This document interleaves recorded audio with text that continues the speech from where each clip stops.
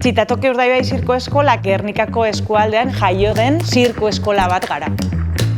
Hemen teknika pilo bat daude, akrobazia, malabareak, orekak, aerioak, eta pertsona guztiek topatzen dute zeo zer egin ahal izateko.